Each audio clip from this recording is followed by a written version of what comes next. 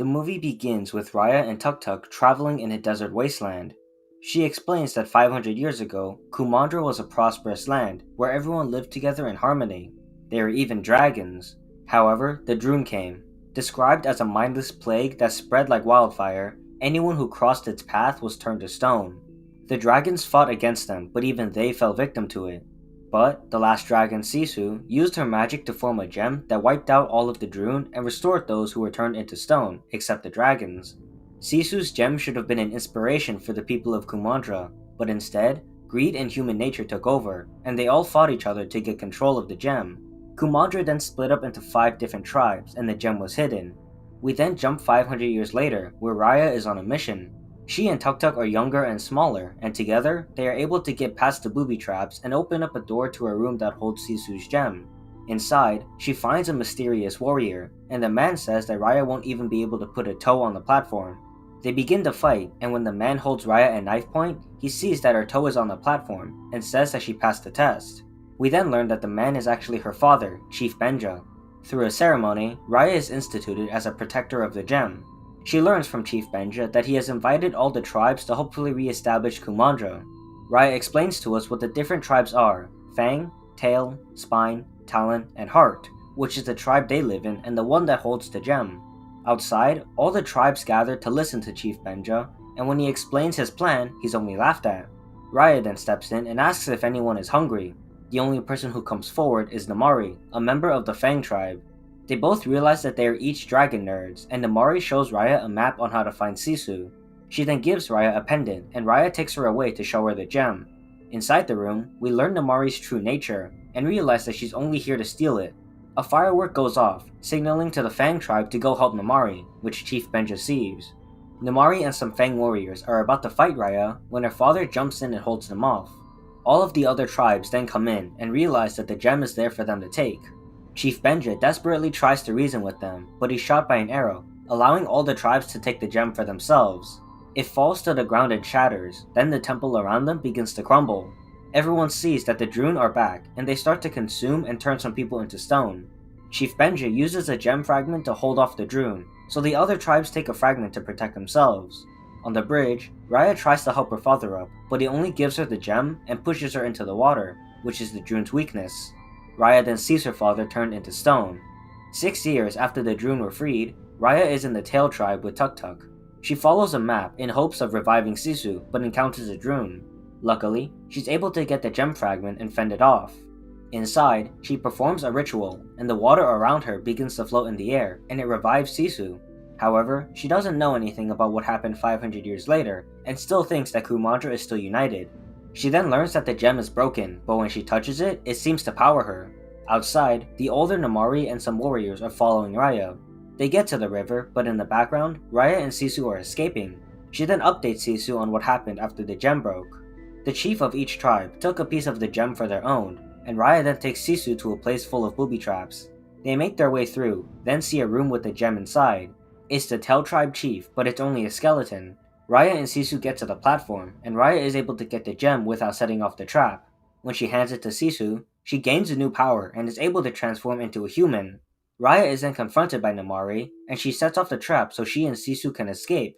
They then jump into the water and swim towards a boat, where they meet Boone.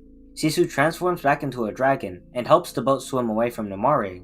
As Namari and her warriors travel back to Fang, they come across the statues of all the dragons and pay their respects. As Boone steers the ship, he tells them what he's lost due to the Droon, and they pay their own respects. They arrive at Talon, and Raya tells Sisu to just stay on the boat, so she and Tuk Tuk can go get the gem. While she's walking through the town, she sees a baby and goes to help it, but then sees her accomplices steal the gems, so she chases after them. Meanwhile, Sisu goes through town and buys a bunch of stuff with credit, but then is confronted by the store owners. She's saved and taken away by an old lady, while the baby and her monkeys help Raya get into the palace. Inside, she learns that the old chief has died and there is a new one. We then learn that the new one is the old woman leading Sisu into a graveyard. The Droon start to surround her, and the chief will only let her out if she gives up the other gem fragments. Raya and Tuk Tuk then come in to save her and also get the gem fragment. They go back to the boat, where Sisu is in disbelief that the chief would lie to her. Now that they have picked up the babies and her monkeys, the group sails away. We then see Fang, and Namari tells her mom that she needs to intercept Raya and get the other gem fragments so that they can control the full gem. When the group arrives in Spine, Sisu runs off with a basket, so Raya chases after her.